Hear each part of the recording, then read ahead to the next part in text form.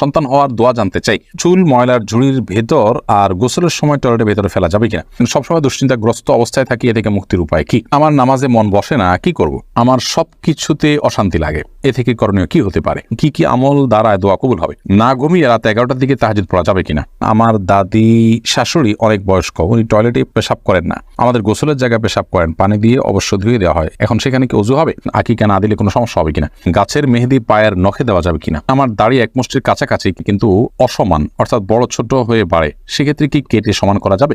চলুন আর বিলম্ব না করে প্রশ্নোত্তরের আলোকিত ভবনে আমরা প্রবেশ করি। যারা এই আইডি থেকে আপনি লিখেছেন আকিকা না দিলে কোনো সমস্যা হবে কিনা, আকিকা যদি দেওয়ার সামর্থ্য না থাকে তাহলে তার জন্য কোনো জবাবদিহিতা নেই, কিন্তু সামর্থ্য থাকলে তার এটা দেওয়া উচিত। অনেকগুলো আমাকে ওয়াজিব বলেছেন, অনেকে সুন্নাতে মুআক্কাদা বা গুরুত্বপূর্ণ সুন্নাহ বলেছে। এমনি এনাম হোসেন শুভ আপনি লিখেছেন সবসময় দুশ্চিন্তাগ্রস্ত অবস্থায় থাকি, এ থেকে মুক্তির উপায় কি? দুশ্চিন্তা থেকে মুক্তির জন্য বেশ কিছু আমল আছে, যেমন একটি দোয়া আছে আল্লাহুম্মা ইন্নী আউযু বিকাল হাম্মি ওয়াল হাযানি, এই দোয়াটা পড়বেন। আবার কোরআনে কারীম অর্থ সহকারে বুঝে পড়ার চেষ্টা করবেন, কোরআনকে সময় দিবেন। নবী করিম সাল্লাল্লাহু আলাইহি ওয়াসাল্লাম দুশ্চিন্তা হলে, পেরেশানি আসলে তিনি নামাজ দাঁড়িয়ে যেতেন, আপনি লম্বা রুকু সিজদা দিয়ে নামাজ পড়বেন। সেই সাথে আপনার কোনো কাউন্সিলিং নিলে যদি আপনার ভালো লাগে, কাজ করতে পারে বলে মনে হয়, তাহলে তাদের শরণাপন্ন হতে পারেন, সহায়তা দিতে পারেন আল্লাহ তাআলার কাছে। সাধারণ দোয়া তো আপনি করবেনই পাশাপাশি। নাহিদ হাসান লিখেছেন আমার দাড়ি এক মুষ্টির কাছাকাছি কিন্তু অসমান, অর্থাৎ বড় ছোট হয়ে বাড়ে, সেক্ষেত্রে কি কেটে সমান করা যাবে? যদি এক মুষ্টির বেশি হয় তাহলে অতিরিক্ত যেগুলো আছে সেগুলো যদি আপনার জন্য ডিস্টার্বের হয় বা দেখতে অসুন্দর হয়, তাহলে সেটা কেটে সমান করতে পারবেন, কিন্তু এক মুষ্টির নিচে যদি থাকে তাহলে সেক্ষেত্রে যত অসুন্দরই হোক কোনো যুক্তিতে আপনি সেকে ছোট করতে পারবেন না।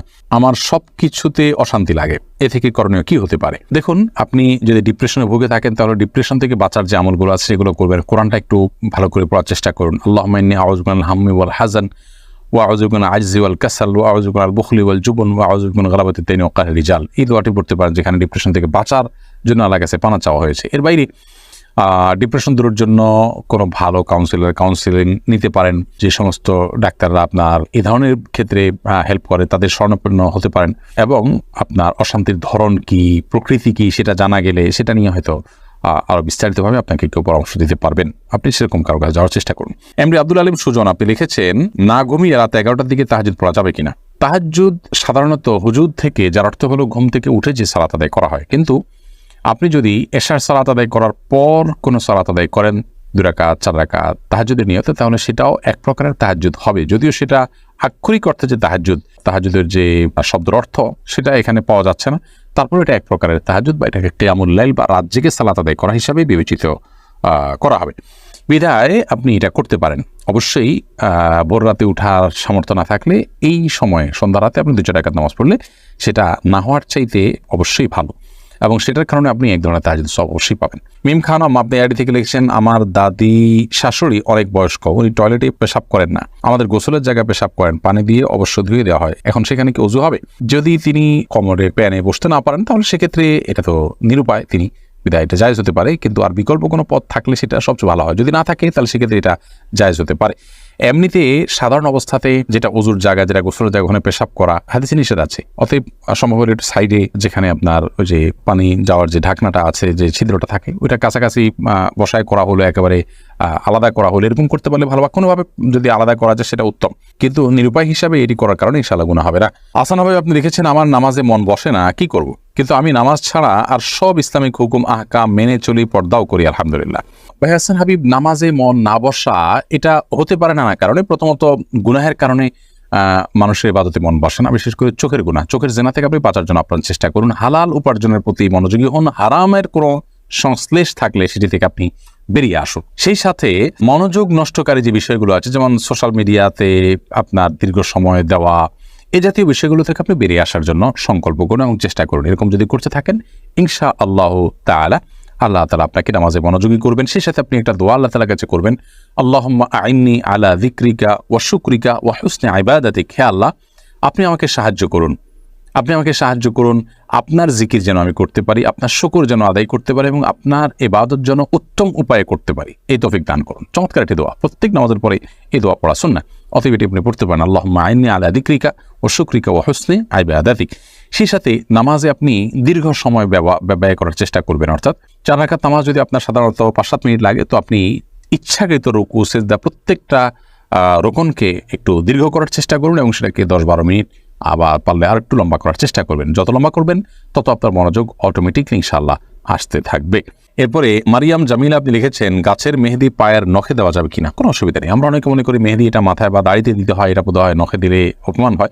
দাড়িতে বা চুলে আমরা তো তেলও দিই, তাহলে আমরা কি সেটা নখে দিব না? অতএব এগুলো আমাদের নিজেদের বানানো বিভিন্ন রকমের কুসংস্কার জন্য বিশ্বাস এবং মন গড়া কথা। কোরআনের সাথে কোনো সম্পর্ক নেই। আমরা মেহেদি মাথায় বা মাথার চুলে কিংবা দাড়িতে যেরকম দিতে পারি, ঠিক একইভাবে হাতে কিংবা পায়ের নখেও দিতে পারি, কোনো অসুবিধা নেই। যদিও এটা মেয়েদের জন্য, মেয়েরা এটা দিয়ে সৌন্দর্য বর্ধন করবেন সেটাই সুন্নাহ। পুরুষদের জন্য এটা দেওয়াটা সুন্নাহ না, বিশেষ করে হাতের নখে, হাতে পায়ে নখে ইত্যাদিতে। চুলে বা দাড়িতে পুরুষরা দিতে পারে, কিন্তু হাতে পায়ে মেহেদি পরা এটা দেওয়া এটা মেয়েদের জন্য সুন্নাহ। নবী সাল্লাল্লাহু আলাইহি ওয়াসাল্লামের সময় মেয়েরা হাতে পায়ে মেহেদি দিতেন, কিন্তু পুরুষ কোনোদিন দিতেন না, এবং তিনি মেয়েদের এবং ছেলেদের হাতের পার্থক্য বুঝতেন হলো মেহেদি দিয়ে। ঝর্ণা বেগম আপনি লিখেছেন, চুল ময়লার ঝুড়ির ভেতর আর গোসলের সময় টয়লেটের ভেতরে ফেলা যাবে কিনা? মানুষের শরীরের প্রত্যেকটা অঙ্গই খুবই গুরুত্বপূর্ণ এবং সম্মানীয়। ইসলাম মানুষের শরীরের প্রত্যেকটা অঙ্গকে মর্যাদা দিতে বলে। আল্লাহ সুবহানাহু ওয়া তাআলা বলেছেন, ওয়ালাকাদ কাররামনা বানি আদম, আমি আদম সন্তানকে অর্থাৎ মানুষদেরকে মর্যাদা দিয়েছি, সম্মানিত করেছি। অতএব মানুষের শরীরের কোনো অংশ, অঙ্গ, চুল, গোপ অথবা আপনার দাড়ি কিংবা আপনার নখ, এগুলো নোংরা জায়গায়, ময়লা জায়গায় ফেলাটা অনুচিত। কিন্তু এটা ফেললে যে কোনো বড় গুনাহ হবে এরকম না, কিন্তু অন্যতম অনুচিত পর্যায়ের গুনাহ। সেক্ষেত্রে এগুলোকে আমরা একত্র করে মাটিতে যেমন পুঁতে ফেলতে পারি, বা মাটিতে ফেলে দিলাম মাটির সাথে মিশে গেল, সেটা হতে পারে, কিন্তু নোংরা বা ময়লার সাথে সেটা ফেলাটা অনুচিত কাজ।